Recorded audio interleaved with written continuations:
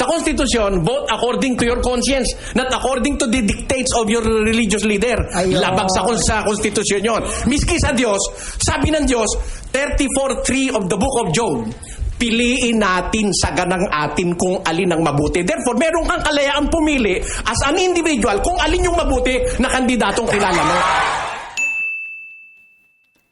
Magandang araw po sa inyong lahat. Sir JR po ng Usap-Usap University and mga ka-UT. Maraming salamat po sa pag-abang at ito po ang ating pag-continue na naman ng ating mga uploads dahil alam ko po na marami po ang nangungulit, marami po ang nagtatanong kung kailan tayo magkakaroon ng bagong upload. Ayan, may bagong upload na po tayo. Kaya maraming salamat po sa lagi pong pag-abang at inyo pong pagsubaybay mga ka-U3. And for this particular episode, atin pong pag-uusapan, ating bibigyan ng reaction ang isang episode ng debate with Mare and Paren. Actually, we got this from James Santos YouTube channel, mga ka-U3.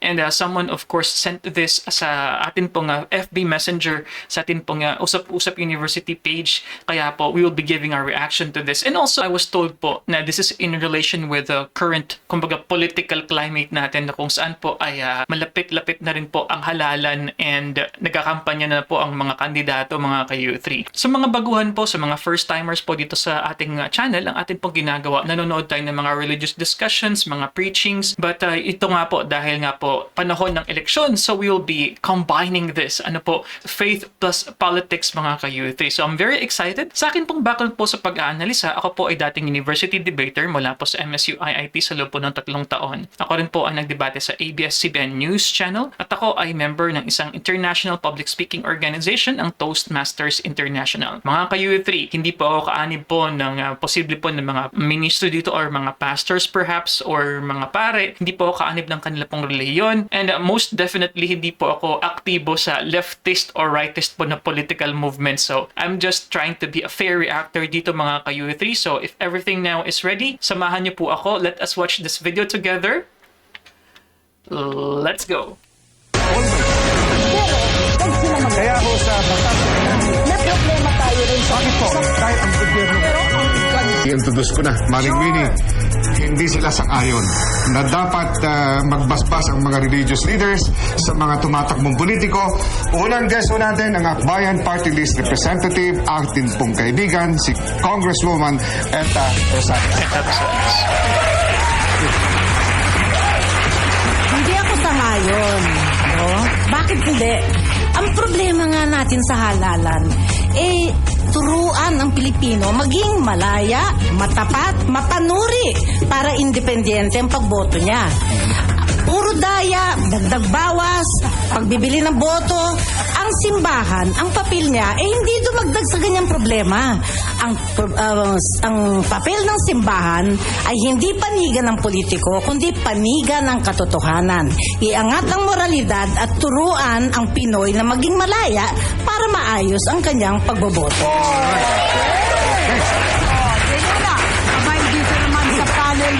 Nagsasabi, sang-ayon ako dyan sa pagbibigay basbas ng mga church leaders ay ang presiding minister ng ang dating daan.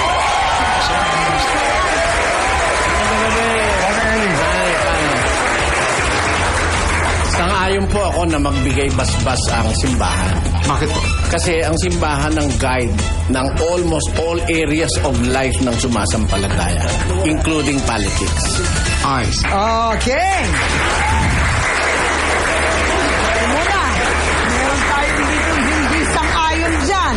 Siya po ay former educator ng Central Colleges of the Philippines and the Holy Trinity Academy. Classical singer siya and currently a very popular comedian, si Beverly Salviejo. Beverly. Magandang gabi po. Hindi po ako sang-ayon. Unang-una, tapos na po ang panahon ng mga praile. Tayo ay merong mga sariling utak. Kailangan gamitin natin, God-given yan. Kaya kailangan huwag tayong umasa sa mga sinasabi ng iba pang mga taong nagsasabing alam nila, mas alam nila.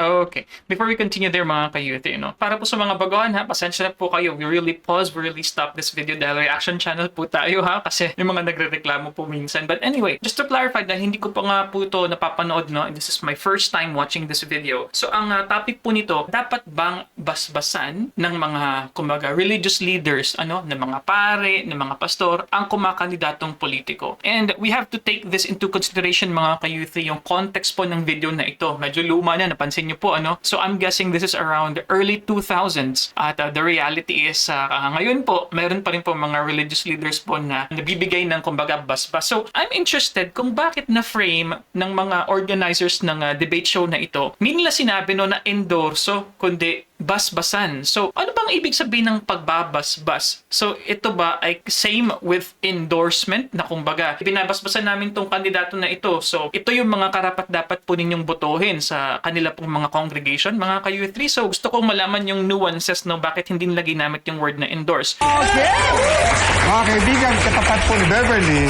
isa pong scholar. Scholar. Si Isko Salvador. Siya po ang creative team kasama po sa Nuts Entertainment, also known as Brad Pitt. Okay. Isko. Magandang gabi po sa inyo lahat. Hindi ko na kailangan sabihin na sang-ayon ako dahil nandito kami. Siyempre, di ba? Ikaw, sinasabi mo pa eh. Alam naman natin na yun eh. So, nung inimbita ako rito, sabi sa akin, kasama si Brother Eli. Kapanel namin. Sabi ko, sama ako dyan. Paano Pasensya na kayo, kailan kami nakita ni Brother Aaron personal Go ahead, natuwa ako. Okay. Nalito. Sabi ko, sama ako dahil Starstruck. paano kami matatalo kakampi namin ng Diyos.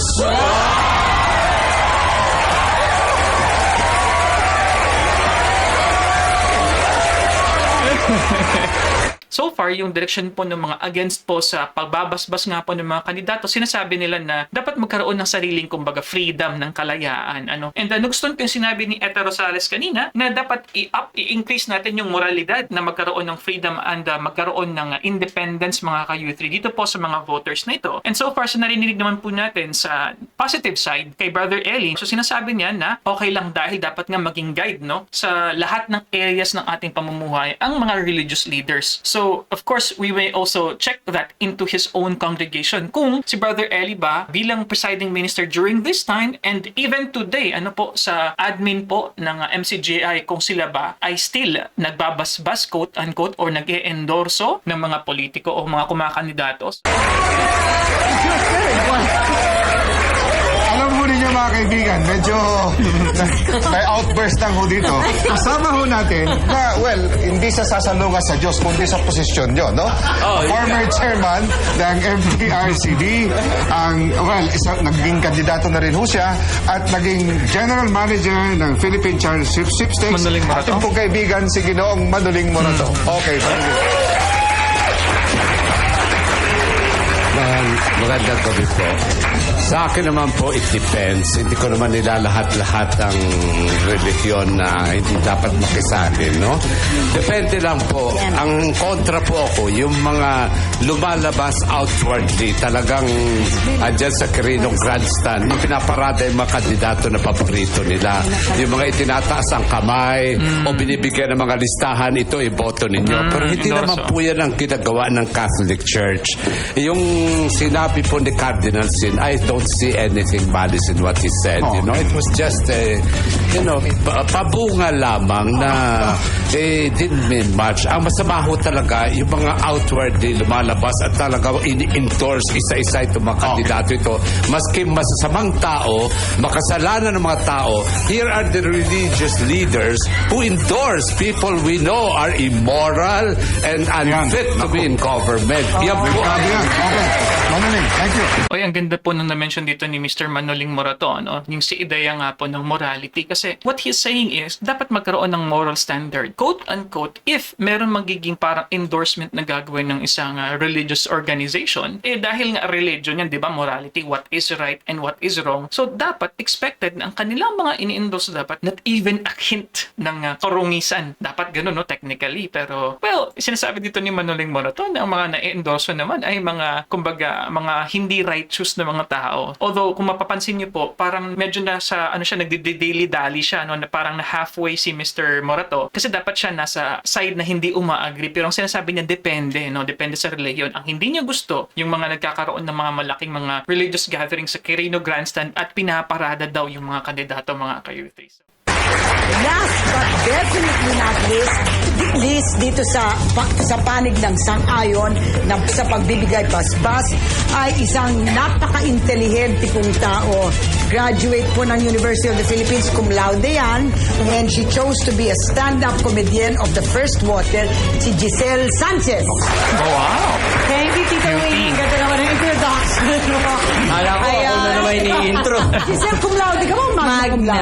Magna, excuse me. Wow! Magna pala. Sana suma, kaso lang sumabit ako ng 0.01. 1.26. Then excite din ako kasi diba sabi nga niya, si Brother Nice. Ellie yung dating daan. Si Brad Pitt ang dating Dating doon. doon. Ako naman dating pokpok. Joke! Pero nagbago na ako, kaya nga ako nandito sa side ng church, diba? Buntis yan. 7 Kaya months. buntis ako ngayon. 7 months. Pagpasensyahan nyo na. Wala sa sarili. Okay. Yung, on my stand, the church has a responsibility for total salvation for humankind. Ibig sabihin nun, talaga responsibilidad ng kahit anong simbahan ang salbahin ang ating mga kaluluwa. And to save our souls, we need the political, the social, the temporal, lahat ng klaseng circles. Holistic dapat yon. Kaya nakikialam yung church sa pagbibigay basbas, nagbibigay silang basbas kasi sila yung may karapatan dahil meron silang moral standards at para sa kanila, sa tingin nila, ito yung mga qualified. Hindi tayo binibigyan ng problema ng church, kundi tinutulungan pa nga tayo kung sino mga dapat piliin natin. Okay, Giselle. Alright. Salamat. Dami mga resources tayo dyan. Dito For sa speakers. resources ang ayon ay, my goodness, nagsasabing sangayon sa pagbabasbas ay ang Bayan Muna Party List representative, si Representative Congressman Crispin Beltran. Okay, Carmel. Okay. Tapos, meron rin isa. Member po siya ng Board of Directors, Victory Church International Ministry, si Pastor Art Corpus. Okay. Do you have any resources? Well, we don't have. Pero yung ating mga televiewers, pwede ho silang sumali, Maring Winnie. O ba, panoorin niyo po itong BTR para malaman niyo kung paano. Opinyon ninyo ay mahalaga sa amin kaya sa mga nais makisali sa debate para sa mga PLDT landlines, dial lamang ang 19081 debate. Sa mga internet users, pumunta lamang sa homepage ng inq7.net, http://debate.inq7.net at hanapin ang kasalukuyang debate poll question. I-click ang bilog na kasunod ng inyong opsyon na tugma sa inyong boto. Pagkatapos, i-click ang submit. Para sa Debatex, sa mga gustong bumoto sa ating pinagdedebatihan, i-type ang I vote space, debate space ang inyong sagot, oo or hindi, at isend ito sa 4627 sa Smart and Token Text at 2344 para sa Globe. Para naman sa mga gustong magbigay ng kanilang mga komento, i-type ang I write space, debate space, ang inyong pangalan space, mensahe, at isend ito sa 4627 sa Smart at Token Text at 2344 para sa Globe.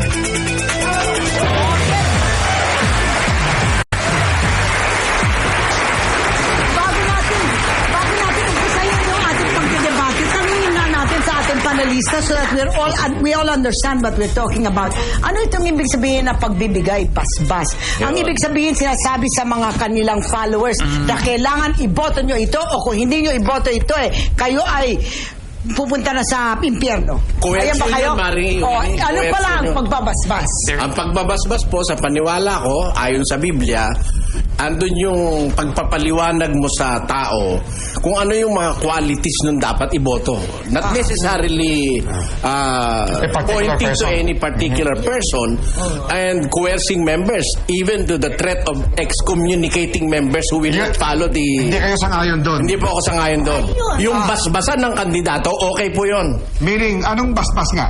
Blessing, encouragement, o tulong, boto. Yun po, halimbawa, ipakilala mo yung qualities ng isang candidate kasi sinasabi sa Biblia, 28:20 ng Proverbs, yung kagandahang loob at yung pagiging mahabagi ng isang pinuno, yun ang magandang qualities ng isang pinuno. Yung magandang loob, yung mapagbigay. So, pwedeng ipakita yun. Yung ipakita yun. Yun ang klase ng pagbabasbas. Pero walang coercion. Pero walang Hindi coercion. sasabihin, kailangan iboto nyo ito. Hindi ba? dapat yun. Kasi Okay. po, Maring Winnie, So, Jan, with that definition, I think medyo tagilid do in a way kasi hindi nag-a-agree exactly on his classification si Brother Eli dito na sumasang-ayon siya sa konsepto nga ng pagbabasbas kasi hindi naman yun ang konsepto ng pagbabasbas, no? So, ang point po niyan mga ka-U3 is in a debate, you have to understand very well what the motion, yung pinagdadebatehan po, ano yung dinidictate niya. So, before mo siya pwedeng i-bend yung konsepto, for example, ng word na basbas, meron po kasing mga words na hindi na kinakailangan pang bigyan mo ng sariling definition. So for example, pag sinabi natin na isang bagay o ang isang entity ay isang anghel, meron na tayong rough idea of what an angel is. Ang action, ang verb na pagbabasbas, ano po. So meron na pong kaakibat yun na meaning. Dito parang ang nakikita ko so far sa pag-treat ni Brother Eli is parang na-twist niya yung ibig sabihin ng pagbabasbas dahil sa kanya, okay lang doon na ipaliwanag ang qualification ng isang kandidato. Ang question po kasi dyan is, ang pagpapaliwanag ba ng isang tao, is that equal to pagbabasbas ng kandidato? Kasi yun po kasi yung nasa topic po natin sa debate. Kasi sinasabi niya na dapat walang coercion, no? Which I actually agree. Huwag mong pipilitin yung mga voters mo na kapag hindi nila ginawa o sinunod yung order ng isang particular na religious organization is pwede kang ma-excommunicate or pwede kang hindi na maligtas, ano po, something like that. I am not sure kung ipo-point out din yan ng iba. Kasi ang mangyayari po niyan, like Mr. Morato, na kumbaga nasa isang particular side siya pero medyo nasa gitna a little bit na hindi siya kumbaga fully sa left, hindi fully sa right mga ka-U3. So, let's continue. lalabas sa Diyos yun eh. Labag na sa Diyos yun, labag pa sa konstitusyon yun. Okay. Anong? Kaya kailangan linawin natin, no? Yung separation of church and state. Kasi nung unang panahon, yung simbahan at yung estado, isa lang yan eh. Kung ano yung utos ng simbahan, yun ang gagawin ng estado. At yun ang gusto nating ihiwalay. Yun ang ibig sabihin ng demokrasya. Kaya ang sinasabi natin, natagdalan ko lamang, no? Kaya ang sinasabi natin, tama yung sabi ni Brother Eli na dapat turuan ng tao maging mapanuri. Independyente. Pero ang sariling pagpapasya ay yung tao. Hindi Okay. utos. May pinasok na naman itong separation of church and state. Pag-uusapan natin yan sa after this. Babalik ko kami. Very nice. That's always very exciting.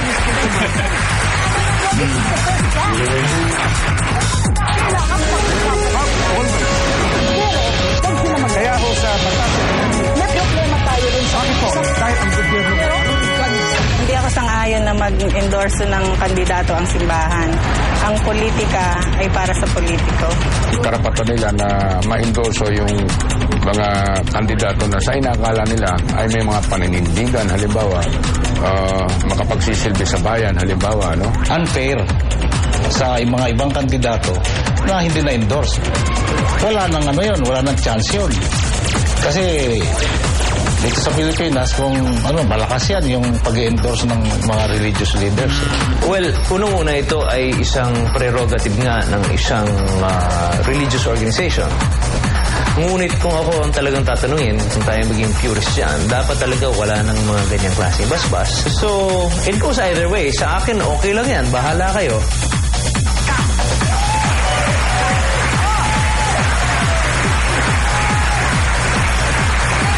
Okay.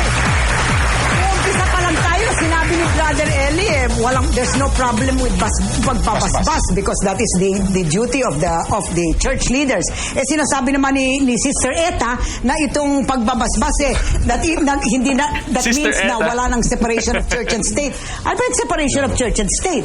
Why do you say it's a separation Why don't we of church define and for state? ourselves? Yeah, di ba feudal society nung panahon na yon, church and the state were one, no? Oh, tapos the king was chosen kasi may divine yung divine right. providence ang Divine pagpili right. sa hari.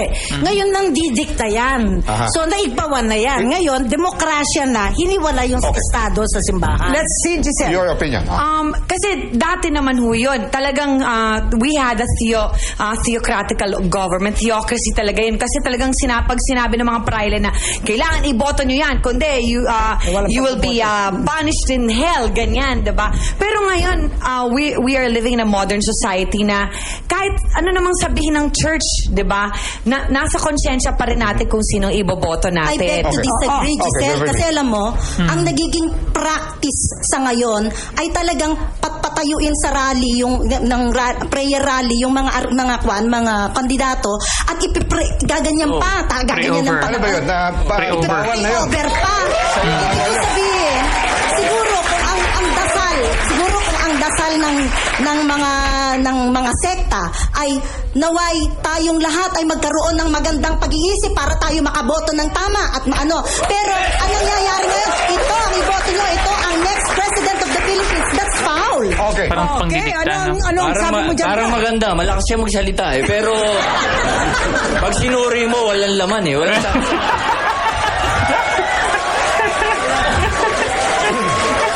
hindi nadadaan sa Ay, palakasan. yung katotohanan ngayon yung nangyayari sa ngayon. Tatanungin kita, Okay. hiwalay ba talaga? Hiwalay ba talaga ang state Ang at legs ko, oo. Hindi. Ikaw, huwag mo ibaba ang usapan. Hindi muna. Sa Bible, hiwalay ba talaga? Sabi mo, hiwalay ba talaga? Ang alin? Yung estado at ang simbahan. Ang state. Dapat. Dapat. O, ano nangyayari? Hindi muna. Ang tanong, kung nagbabasbas. Ano nangyayari sa EDSA? Ang tanong kung nagbabasbas ang isang tao, Walang ibig masama sabihin ron. ba yun, Hindi. there's no separation of church and state? Hindi. What do you say? Wala namang kaso yung naniniwala kami. Hiwalay talaga. Kasi constitution nyo at nasusulat yung Brother Eli. Sa basahin mo. Nasusulat din sa Bible. Okay. Wala tayong pinagtatalunan doon. Yan, medyo nagkakainitan na po sa debate na ito. Pero maganda yung point na nasabi po ni Winnie. Sabi niya kanina na, does it mean ba, porque nag-i-endorse o quote-unquote may pagbabasbas na nangyayari mula sa mga religious leaders, does it mean na hindi na separate o separate pa rin ba ang estado at ang reliyon? But going back, so I don't agree with Brad Pitt here, yung king sinabi na, kumbaga binigyan niya agad ng komento na malakas yung boses, pero siguro dahil komedyante siya. Pero mga ka-youth, napansin niyo po ba na sa both sides, dito po sa nag-a-agree na okay lang na basbasan, dalawa yung komedyante, si Brad Pitt nga, at saka sino bang isa, si Giselle, and then on the other side, meron din si Miss Beverly. So, makikita niyo po rin dito na, in a way, yung ability to make people laugh, related din po dyan na ang intelligence, ang pagiging witty, ang pagiging smart po, mga ka-youth. Alright. Wala tayong pinagtatalo. Pareho tayo. Hiwalay talaga pati sa Constitution at sa Biblia. Basahin nga natin, Brother Eli. Baka hindi sila naniniwala. Okay, sa madaling mo. Babalik tayo. Separation of church and Hindi naman state as talaga far as the pwedeng Constitution. totally hiwalay ang church and state. but the Constitution- Not totally. Can I? Because, we have our spiritual and moral side aspect in our lives that has to be taken care of by the church. But then, it's always mistaken. Pag nagsalita ang simbahan, sinasabi na namumulitika. Ang ayaw ko lang, Brother Eddie, hindi ko ma-reconcile sa sarili ko how some religious leaders, no, I'm not saying you, but there are some na nagpapasbas na tao na alam natin na hindi maiging tao. But that runs against the grain of... Ay, problema nung nagbabasbas yun. Yun ang...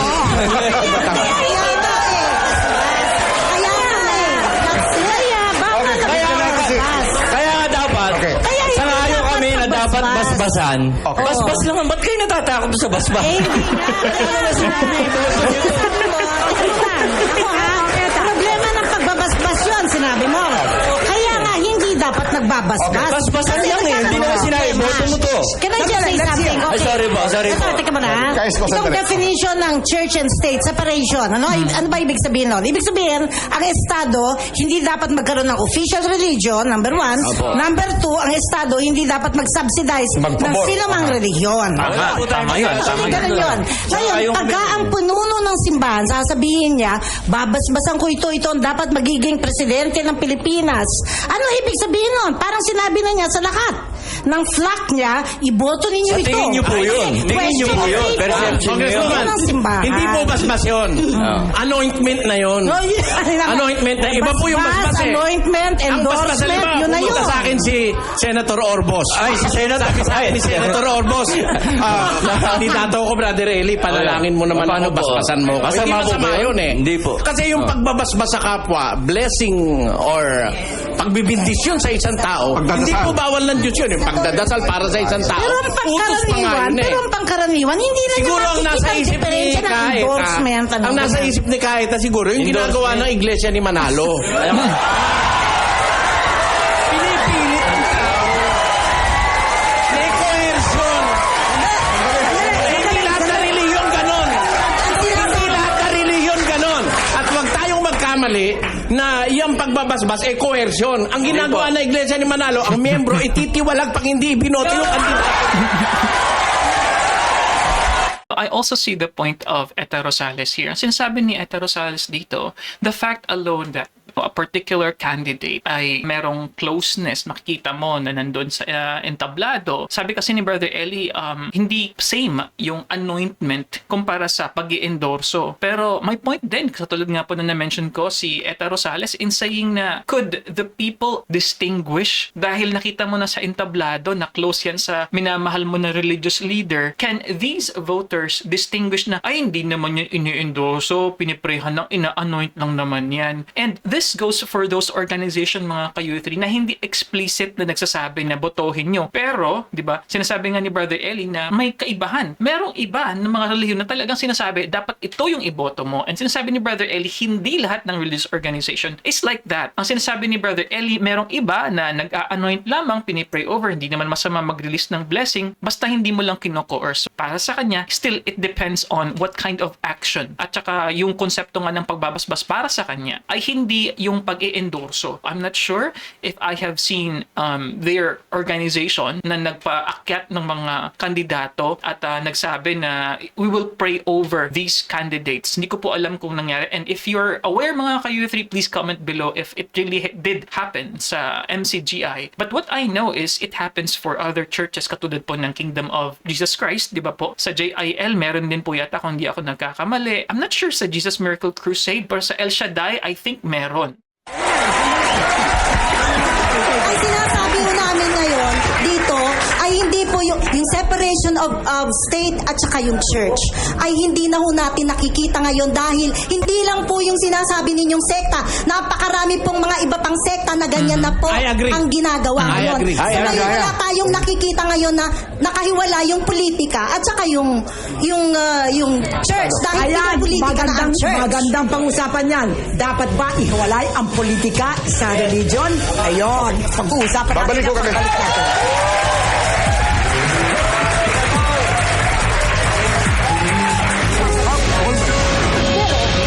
Kaya ho sa batas, May problema tayo rin sa bakit po? Kahit ang gobyerno. Kaya ho sa batas, May problema tayo rin sa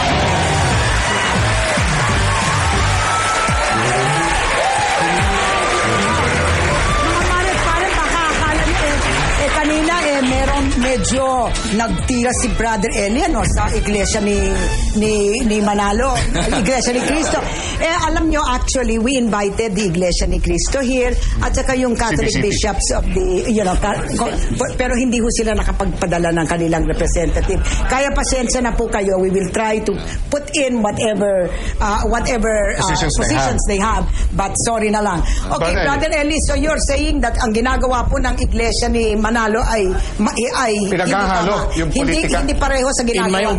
In my very personal opinion, it's coercion. Okay. Kasi magdidikta sila ng kandidato. And their candidate will come 2 or 3 days before the election. Wala nang panahon ng miyembrong mag-isip. Tapos pag hindi sinabi yun, ititiwalag nila Paano members. nyo alam yon? We have members who came from the Iglesia de Manila. Diba? Kaya nga, kayo na rin mismo, Brother Eli, ang umaamin na problema yun. Tama Kaya, po. kaya iwasan na natin. Hindi nangangahulugan na ang isang particular na grupo. The very fact na may problemang ganyan is admission na hindi dapat payagan yan, di ba?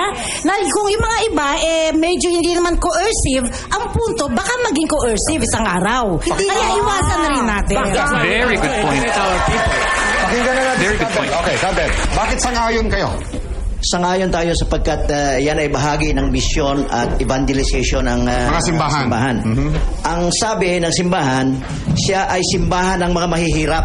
Okay. Ngayon, sapagkat siya ay simbahan ng mga mahirap, mayroong moral, economic, social, and political dimensions na dapat niyang harapin. Mapapaghiwalay ba talaga, Kabel, yung Politics religion? at saka religion. Dalawa lang naman ang Is there a way? tinatawag na separation of the church and state. Sinabi na nga ni Eta. Sinabi na niya kanina, agreed ako doon. So, Everything else goes. Kapag ka ang ginagawa ng simbahan ay ayon sa kanyang misyon, ayon ay hindi interference sa Estado. Iyon ay exercise ng moral exercise ng simbahan Sa para obligasyon siya niya. mag-participate bilang mamamayan Okay. at bilang bahagi ng lipunan. Sir, I have a question tungkol dun po sa sinabi niya. Church of the Poor. Yun daw po ang inaanuhan ng simbahan. Ang question na umuukil-kil sa akin ngayon. Bakit, kung inaalagaan ito ng simbahan ang ating mga mahihirap o ang ating masa, bakit hindi pa rin enlightened ang vote ng mga masa? Nako! Kaya nga dapat makialam simbahan para makultivate ito na siya ay maging tunay na simbahan ng mga mahihirap. Okay, Giselle. Okay, Church of the Poor. Kasi syempre, yung mga masa, di ba? Saan lang sila nakakuha ng impormasyon tungkol sa mga iboboto nila? Sa media, o kaya sa entablado pag iboto nyo ako, ganyan, ganyan, ganyan. At syempre, sa church, wala na silang makukuha ng ibang impormasyon. Kaya nga, responsibilidad para saan? Responsibilidad din ng simbahan na ipakita kung sino yung mga tama o dapat iboto. Ano yung tanong mo? They set their moral standards. I think that they should collaborate eh. Ang tanong niyo, bakit yung mga bumoboto hindi pa rin Enlightened. Enlightened kasi nga ayaw yung basbasan. Hindi nga. Pinag-iiwalay nyo eh. Pwede ko ba sabihin ito, no? May papel ang simbahan. Inaamin ko, may papel ang simbahan. Pero ang papel ng simbahan, turuan ng tao na huwag mandaya, huwag gumamit ng dahas, maging mapanuri, huwag bumili ng boto, at huwag ibenta ang boto. Yaan ang papel ng simbahan. Okay, go. Okay. So, I think maliwanag dito sinasabi ni Eta Rosales. May issue kasi kapag nilagay mo sa the same na entablado, yung ideya nga ng pag-a-anoint man yan, kumbaga, it leaves a bad taste, kumbaga, in the tongue. And kung ikaw po ay parte ng, kumbaga, ng congregation nga, how would you really distinguish na ito ay guidance lamang at pag-anoint lamang, pagbibigay lamang ng blessing kumpara sa close sila ng religious leader mo o ini-endorso sila, kumbaga, favored sila ng ini-endorso mo mga kayo-3. So, let's continue. Hindi kami payag na ang simbahan magbibigay ng basbas. Hindi kami payag na ang simbahan ay magbibigay ng basbas. Sapagkat by nature, most Filipinos are gullible pagdating sa relihiyon. Bakit to? Sapagkat mapagpaniwala ang mga Pilipino, marami tayong panatiko na mananampalataya na pag sinabi ng simbahan, susunod sila. Kaya delikado ang magbigay ng basbas. Good point. Criteria kung sino ang dapat natin Pero boto. palagay ko po, hindi lahat ng simbahan ganon. Hindi lahat. Meron ang totoo, biblically speaking, ang simbahan may katungkulang i-educate yung kanyang members. Yes. Pero hindi nga Sa lahat ng panig ng pamumuhay. Pero dapat ang simbahan din ang magpakita that there is really a separation between politics and religion. Kaya wag Alam nyo kasi kung bakit? Politics and religion are incompatible things. Marumi ang politika, sabi ng mga Pilipino. Ba't mo pwede mo? marumi po. Minsan ang simbahan. Magkahaluin niya ang simbahan at ang politika. Pero kasi marumi ang politiko, pero that is an everyday fact of life at saka nakakainis influence ng mga tao. Hindi ba dapat pumasok ang reliyon para mapalinis ang Dapat, bansa? dapat. Hindi ako pabor, Brother Eli. Pwede dapat ang mga church leaders magbigay ng pangaral at saka pastoral letters. Pero pag nakita na ninyo nag-i-endorse na isang particular candidate, na alam naman ng tao na hindi naman maiging klaseng tao Ay, yan. hindi Kasi merong sundan. mga church leaders na nababayaran na ngayon. Nabibili na ngayon. Yan ang problema. Ayan. Pastor Corpus. Well, May sa church set- leaders daw na may binabayaran. Oo, Sino talaga kaya yun? meron. Well, sasabi ko po yung Totoo ba sa yun? amin pong religious organization, sa aming fellowship. This was the time when President Ramos ran for presidency. Na yung pong pinakahit po namin, sabi niya, let's pray for the lesser evil. Kung wala man tayong mapili, sino pipili natin? So we prayed. And then, there was this President Ramos. So, sabi niya, sangayon ba kayo na siya ating panalangin? Panalangin, sige, panalangin natin. So, balit hindi po yung leader po namin, hindi po niya sinabi na bahala kayo kung gusto nyo iboto kung kahit na sinong inyong nasa konsensya, conscience vote ninyo, pero itong aking opinion. Oh, pero Kung aking hindi opinion. nasabi po ni Manolimo na to, may mga church leaders dyan Nababayaran, na nababayaran. nasusulat. Saan ba kayo dyan? Meron po. Meron po ang kaso ngayon sa sa husgado eh. Ano yon? Na hindi nababayaran kundi siya mismo binebenta niya yung miyembro niya. May kaso po niyan, may kaso po niyan. Nako, pag-usapan natin yan pagkatapos ng konting messages po nito. Nakakamiss yung ganitong mga palabas, mga kayo-YouTube, no? Very nice. Kaya ako sa batas. May problema tayo rin sa Bakit po? Kahit ang gobyerno. Kasi sa akin. Kaya ako sa batas.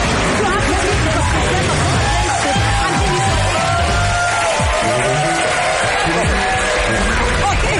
Naku merong bombshell na drinapsip ni Brother Eli kasi tinanong po natin kung meron talaga Nagpapabayad mga daw, church may leaders kaso. na nagpapabayad o nagpapabili.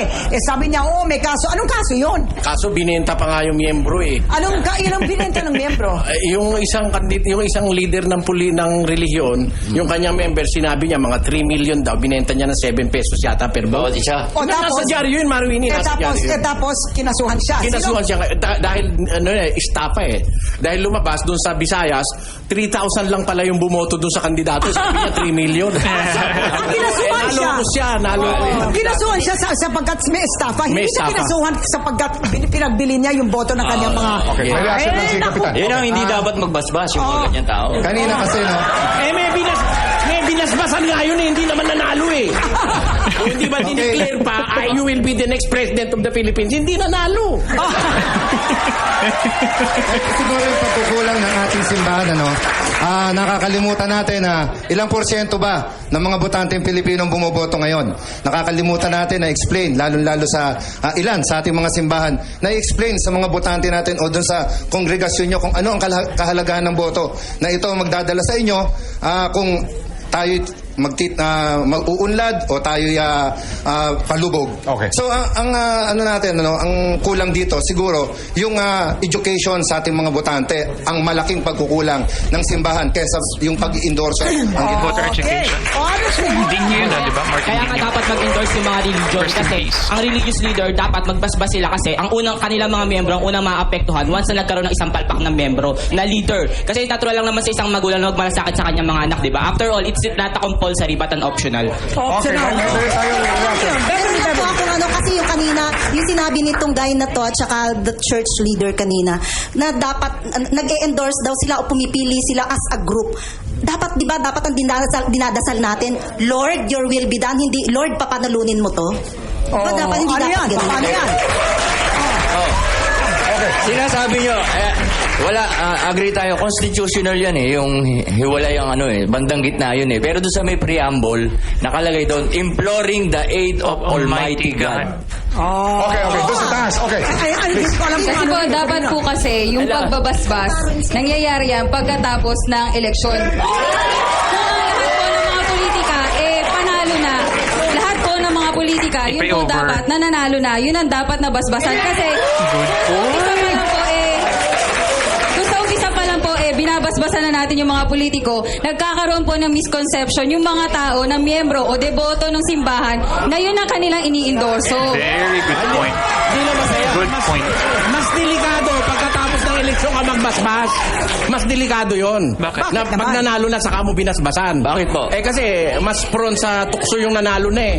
Kaya ang pagbabasbas naman, Kaya nga meron kaya nga may nadidisbar na na abogado eh. Para rin presidente may naaalis eh.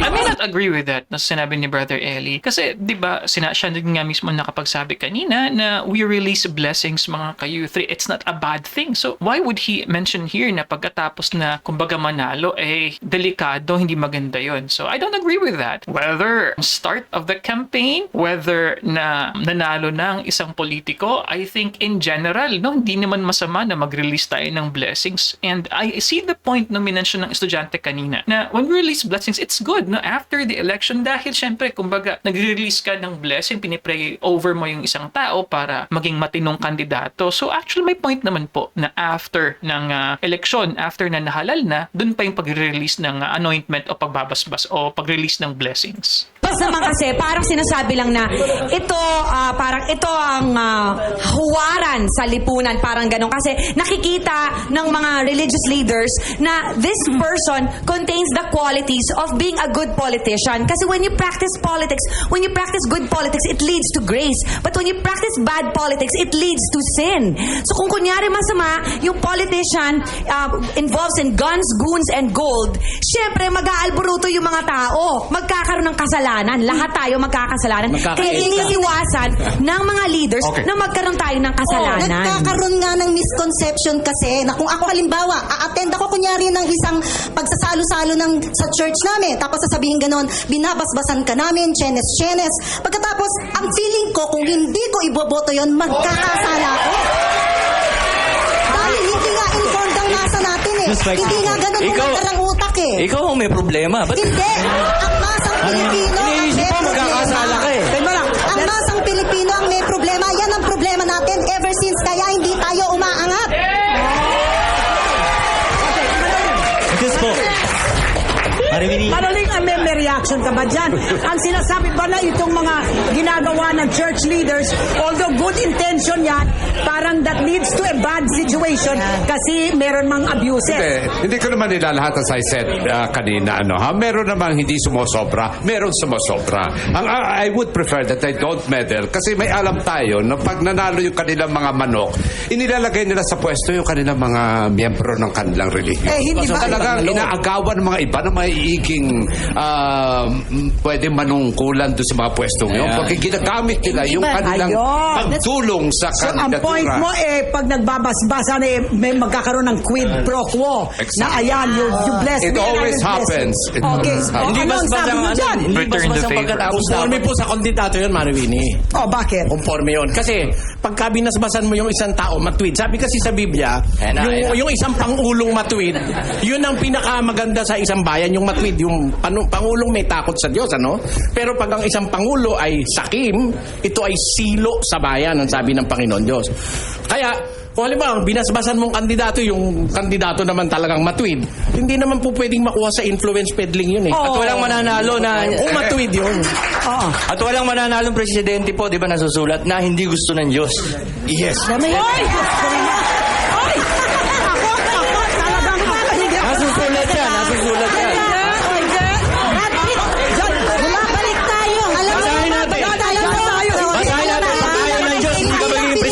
Alam mo, pag ayaw ng Diyos, nasusulat yan. Ang dami-dami mga bansa na may mga leaders na lahat sila nakahamak ang kanilang bakit lumalayo ka? Dito lang tayo. Leader ang pinag-uusapan natin sa kanila. Hindi lahat ng leader pinili ng Diyos. Di ba, mga ka-U3, ayan, magandang point of discussion yan. Kasi sinabi ni Brad Pitt, sabi niya, Brother Eli, agree ka po na hindi magiging pangulang isang tao kung hindi do parang, kumbaga will ng Diyos. So, ang sinasabi naman po dito is, paano yung mga leader, paano yung mga presidente na hindi mabubuti, hindi matutuwid. So, will pa rin ba ng Diyos yun? Case in point, sa Germany na lang, di ba? Na of course, ng mga Nazi, si Hitler, yan ba, sa kanyang ascension to power, ito ba ay kaloob din ng Diyos na alam naman natin na isa siya sa mga pinaka-evil talaga ng mga tao. 6 million Jews yung kanyang pinapatay sa Holocaust. So, can we consider that at still God's will, mga ka-U3? Let's hear Elmer. Alam niyo nangyari Hindi ka magiging presidente pag nasusulat Let's hear yung... Elmer. Ayaw Kung maniwala. Diyos lang ang makikialam, payag ako. Wala akong sinabi. Ang problema, may iba mga pare dyan, may mga tarantado religious leaders. Ayaw ko. Para tumigil yan, ano. Yung Sabihin niyo po sa amin, sabihin niyo sa amin kung sino yan at gagawa kami ng paraan. Mamaya, kita tayo. Elmer, okay. Ayun, sir. Yung pagpapaspas kasi, di ba, okay lang eh. Kung hindi kami takot, sabi nga ni Brother Brad Pitt. Oh, lumipat ka na rito. Ay, hindi. Hindi ako, ayoko sa Channel 2. Kumaga, di ba yung pagpapaspas, okay lang yan eh. Walang natatawag sa basbas. Lahat tayo kailangan ng basbas, di ba? Kahit isang ordinaryong tao. Pero pagdating sa politics niya, sasabihin nila na, kahit hindi sabihin direct na, binasbasan na, ito iboto. Kumaga, ako bilang isang... May utang na loob. Hindi naman po, ma'am. Yung kumaga ako bilang yun na lang yung karapatan ko eh. Kumaga, nangyari na yun eh. Ilang beses na eh. Kung sa EDSA 2, di ba? Nandyan na tayo, di ba? Kung babalikan natin eh. Oo, Nagkamali ako, pumunta pa ako doon. Kumaga parang ngayon, tatakbo na naman daw siya. Mahirap na yun, di ba? Batin ko lang dun sa kanina, kay Basbasan, ang kandidato mo bago at pagkatapos ng eleksyon, walang kwenta yung basbas dahil yung nagbasbas na pastor, mali ang pananampalataya, gaya nung isang dyan. Break mo na. Mahuha yung alis, pamili. Mainit, mainit. Very nice. Kaya ho sa batas. May problema tayo dito. Okay, meron tayong about 3 minutes of discussion pa. Si Chito, kanina pa gusto magsalita. Chito, your turn. Go ahead, Chito. Simple lang ho pag-iisip ko. Sa akin, there is a difference between basbas and endorsement. Once a politician make basbas to a candidate, maaaring ma-misinterpret ng maraming tao na ini-endorse niya yung candidate na yon. So in order to avoid this misinterpretation, Huwag na lang it's magbasbas. better for church leaders to avoid getting involved in politics. Bahala na. Okay, Alam niyo kasi, ang simbahan, pinipili nila kung sino yung gusto nilang politiko na babasbasan. Regardless kung ano ba, kung sino yung gusto nila. At saka ano yung sinasabi ng simbahan, pinipili nila yung huwaran. Marami na nangyayaring katiwalian ngayon sa simbahan. Siguro, ayusin muna nila yung institusyon nila bago sila makialam sa usapin ng bansa. Very good point. Okay. Dino. Kasi ganito po, no? Kung ang mga politiko ay binabasbasan ng mga political party, mas makatwirang basbasan ng spiritual leader yung politikong kakandidato. Kaya kinakailangan maging prerequisite nga eh. Kinakailangan, bago i-endorse ng political party ang isang kandidato, dapat ma-screen muna ng spiritual leader. Bakit? Kinakailangan nun para kung kwalipikado o hindi. Bakit? Ang ibig mong sabihin, ang spiritual leader ang makakaalam kung sino. Siyempre, kinakailangan mataas ang moral standard niya. Okay. Nang-ayon ba kayo dyan? Yung sa akin naman po, kasi 'di ba ang church at saka state ay magkahiwalay. Ngayon, ang mga tao ng church ay mga tao rin ng state. So ang church ay part ng state. And it means na may ability ang church na i-divide ang state. And it doesn't work, 'di ba? Dapat kasi ang church at saka state ay nagwo-work harmoniously together. Ngayon, kung ang church merong gagawin na isang bagay katulad ng pag-endorso sa isang politiko, na-divide niya ang state at hindi niya nagagawa yung tama para sa mga mamamayan nito. Ayan, narinig na natin ang mga views ng ating audience dito sa Closing studio. Ngayon, statement. kailangan mag-final statement na tayo. So, let us start with Manoling. Go ahead, please. Well, my problem here is that there are some church leaders who misguide the people more than helping the people, when they meddle in politics. Kasi minsan itong mga church leaders na ito ay ang hindi nakikilala yung kanilang ini-endorse. Kung magbabasbas din sila, kung yan ang usapan natin ngayon, gawin na lang nila in private, not in public, so that they cannot be misunderstood by the people. And And Nice try point. not to use the name of God in vain. Okay. Kasi akala ng tao natin, pag nagsalita isang pare, isang obispo, ay Diyos Same na yan God na. nagsasalita. Correct, o isang correct. church leader Correct. dyan. Hindi po totoo yun. Kaya the church people should avoid meddling in politics in the sense that they shouldn't go public in endorsing certain candidates because they can misguide the voters further. Okay. Ako naman naniniwala that the church and the state should collaborate to work towards a common good. At kasi syempre, lahat naman tayo, yun ang gusto natin na maging mapayapa, maayos ang Pilipinas. Kaya nga nandito yung mga leaders, dahil sila, they are moral authorities. They set moral standards at alam nila kung sino sa mga politicians yung sa tingin nila will practice good politics versus those who will practice guns, goons, and gold. Kaya mas naniniwala ako na dapat magbigay sila ng basbas because and lastly, hindi ako naniniwala na ang masa ay tatanga-tanga at walang alam na kahit ano na lang sabihin ng simbahan, maniniwala sila. Ang Pilipino ay That's ideal. matalino na alam na nila kung anong dapat don't think so. dapat na isapuso nila at gawin nila, and it's between that sa pagsusulat ng iboboto nila at sa konsyensya nila kung sino talaga isusulat nila, kahit sino pang Poncio Pilato o kung sino pang mga pare magsasabi kung ano. Okay. Nice po. Babalikan ko yung topic natin. Doon pa rin tayo. I maintain that sang-ayon ako na basbasan kung meron kung babasbas at babasbasan ay matuwid. At huwag kayong matakot sa basbas dahil hindi lahat ng binabasbasan nananalo.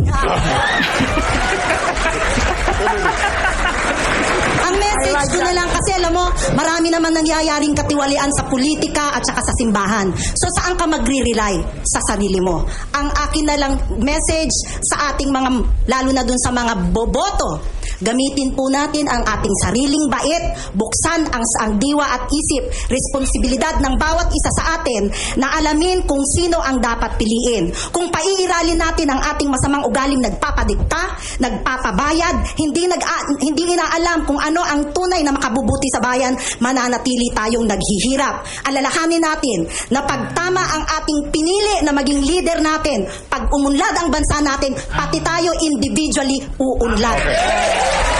Okay, Brother Eddie. Your turn. Unang-una po, batas ng Biblia yung separation of church and state. Batas din ng konstitusyon yun. Sabi ni Cristo, 22:21 of Matthew, render unto Caesar the things that are Caesar's and unto God the things that are God's. Pero, hindi po natin pwedeng maihiwala yung authority ng simbahan o ng church sa mga politiko at sa politika. Kasi ang nagpapaliwanag po ng batas ng Diyos sa tao, maging sa politiko, maging sa presidente, yung leader ng relihiyon. Hayag na hayag sa ating bansa na ang ating Pangulo sumasangguni sa kanyang leader na sa relihiyon. Spiritual advisor niya yan. Kaya yung moralidad, yung mabuting gagawin ng isang Pangulo, kagaya nung nakasulat sa Kawikaan 8:15 hanggang 16, na ang sa pamamagitan ko, sabi ng Diyos, kailangang maghari ang hari at mangulo ang isang Pangulo. Sino magpapaliwanag nun? Siyempre, yung may hawak ng Biblia o nung salita ng Diyos, yung leader ng relihiyon. Kaya, yun ang pagbabasbas na nakikilala ko, yung ipakita sa tao kung sino yung dapat na ihalal. Huwag ka maghahalal ng drug addict, ng sugarol, ng babaero. Huwag ka maghahalal ng kurap. Tignan mo yung track record ng isang politiko. At yun ang iyong basbasan, kung kailangan siyang basbasan. Pero hindi dapat i-emphasize sa tao na boboto ka ayon sa konstitusyon at ayon sa Biblia. Sa konstitusyon, vote according to your conscience, not according to the dictates of your religious leader. Labag sa konstitusyon yun. Miski sa Diyos, sabi ng Diyos, 34:3 of the book of Job, piliin natin sa ganang atin kung alin ang mabuti. Therefore, meron kang kalayaang pumili as an individual kung alin yung mabuti na kandidatong kilala mo. Yun po yun.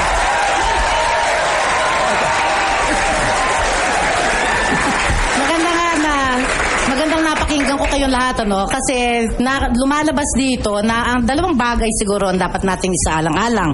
Una, alamin natin kung ano yung konkretong problema. Ang problema ng ating mamamayan na walang kapangyarihan na makapag-isip ng malaya, mapanuri, At informed choices nga, informed decision, yung sinasabi. Independente siyang nag-iisip, independente siyang maghahalal.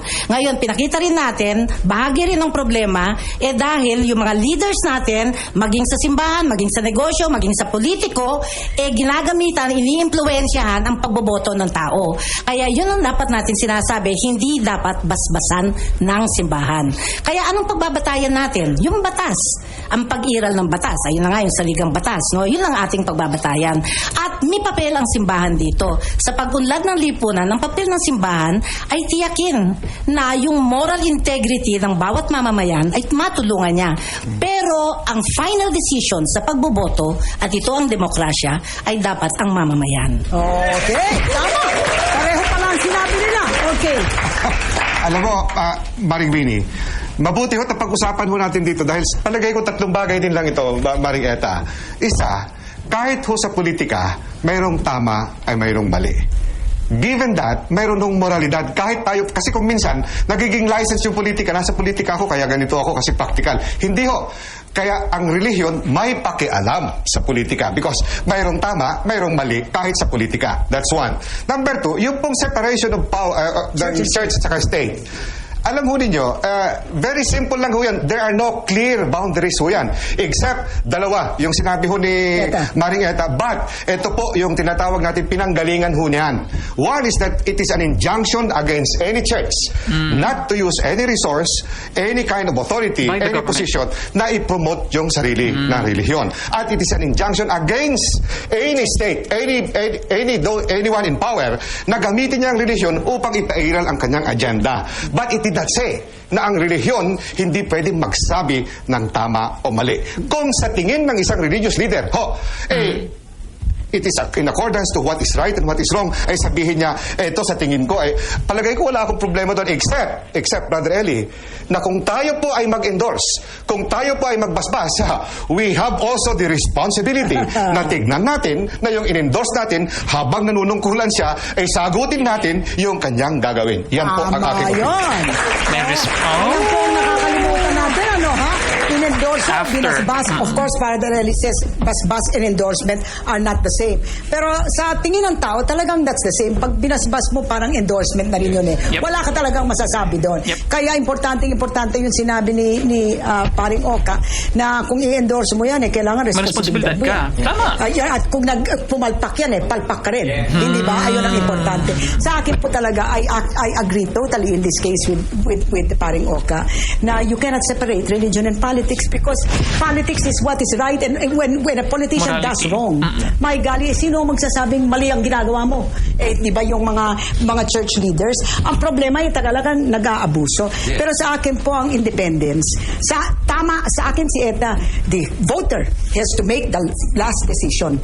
Kailangan siya matuto siyang maging independent, make sure that she evaluates properly or he evaluates properly. Pero sa akin rin, kung ako ang voter, makikinig rin ako sa kung ano ang sinasabi ng mga taong respetado ko. Pero hindi ko sasabihin na porket sinabi nila, I will follow. Hindi naman pwede yun. Kaya mga marit pare, makinig kayo.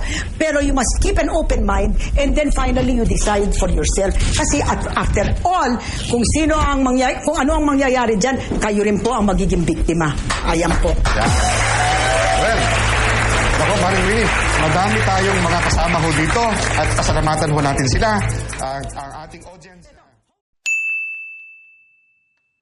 Okay mga ka-youth, so dyan po nagtatapos ang ating another na naman na episode. Ayan. So nakakatuwa po. Ako while watching this video mga ka-youth, nakaka-smile ako. I'm really happy kasi na-remind po ako ng aking childhood. So this is around early 2000s kung di po ako nagkakamali. Sadly, wala na po yata mga ganito mga programa. Ano po? Kasi tingnan nyo naman, una, live. So for a TV show na magkaroon ng ganito pong present, sa totoo lang, medyo risky po kasi anything can go kasi nga live po, ano. And this is something that I really, truly miss. But going back mga ka-youth, hindi ko na po masasabi lahat po ng aking mga insights, ano po, dahil syempre I was watching it in real time. Nakakalungkot lang na this is more than 2 decades, and while meron naman tayong momentum at least, no, sa ating ekonomiya, pero ang realidad po kasi is hindi pa rin po ganun, no, ang ating kumbaga performance economically. In fact, marami na po sa ating mga kapitbahay ng mga bansa ay wala na po, napag-iwanan na po talaga tayo mga ka-youth. Yung sinasabi nga po rito na ang mga voters doon ng Pilipino ay hindi do gullible, hindi napapaniwala. I don't think so. Sa level ng ating edukasyon, sa quality ng ating lipunan, masasabi po talaga natin na medyo wala pa, gullible pa rin po tayo, sunod-sunuran, and malalaman yan sa refleksyon ng ating pagboto. Sino-sino yung mga nilalagay natin sa ating mga political positions. Na-mention ko nga po na kung ang tao na gusto mong magkumpuni ng bahay mo, isang karpentero for example, you have to make sure na meron siyang background sa pagiging karpentero. Actually, kung may say 5 to 10 years siya na experience being carpenter, that's better kumpara sa wala talagang experience. So, same thing with political positions. Kapag senador ang ating iniluklok sa posisyon, congressman, gumagawa ng batas, dapat may background sa batas. Dapat may alam sa pagpapanday ng isang magandang batas. Ang nangyayari po kasi, no, nothing against actors po, pero wala. Ang mga nilalagay po natin sa parang naging trend na kung sinong sikat, kung sinong popular na family name, ayun ang nilalagay natin. Back in 1970s, 1980s, kung titinan nyo po yung qualifications ng ating mga senador, malayong malayo kumpara po sa ngayon. So, yun po yung sad na reality ngayon sa ating pong bansa. Pero overall, while it is true na ang pag-pray over, pagbibigay ng o pag-release ng blessing ay hindi equal sa pag-i-endorso, yun yung sinabi ni Brother Eli. The reality is, for the congregation watching, they may have the feeling na, itong kanyang nasa entablado na pinaakyat niya na kandidato is someone that my favorite preacher favors. Close siya. At least ganun. Yun yung minimum, ha. Pwede pa syempre na ma-misinterpret yun ng mga tao na ini-endorso dahil nga, ayan, nakarating sa aming kongregasyon at most likely this is favored by my preacher. So, dahil mahirap i-distinguish yung ideya na ito ay binibigyan lamang ng biyaya, nagre-release lamang ng blessing kumpara sa ini-endorso pala yan ng ministro o ng isang particular na church leader, mas mabuti na lang po na doon na lang mag-stick sa ano yung standards na lang ng dapat na botohin. Dapat ang isang church leader, in my opinion, doon na lang siya mag-focus. Ano yung mga qualities ayon sa Biblia na mga dapat nating botohin without making or putting the person sa isang entablado talaga dahil nga po, it is prone for misinterpretation. But anyway mga ka-youth, what can you say about this episode? Please comment below ano pong masasabi nyo kung kayo ba isang ayon na dapat bang basbasan ang kumakandidatong politiko ng mga religious leaders o hindi. So comment below, gawin natin interactive ang ating comment section, and we would like to extend yung ating pasasalamat kay Mr. James Santos channel. Ayan po, dahil siya po yung source video po natin. And as always, if you like these kinds of episodes mga ka-youthy, you know what to do. You can watch this video here, you can also watch this video here, and don't forget to subscribe mga ka-youthy. Ayan, dahil marami po tayong videos dito. I think more than 600 videos na po. Religious, political, social, at iba pa. And I'll see you guys next time. Peace! Bye-bye!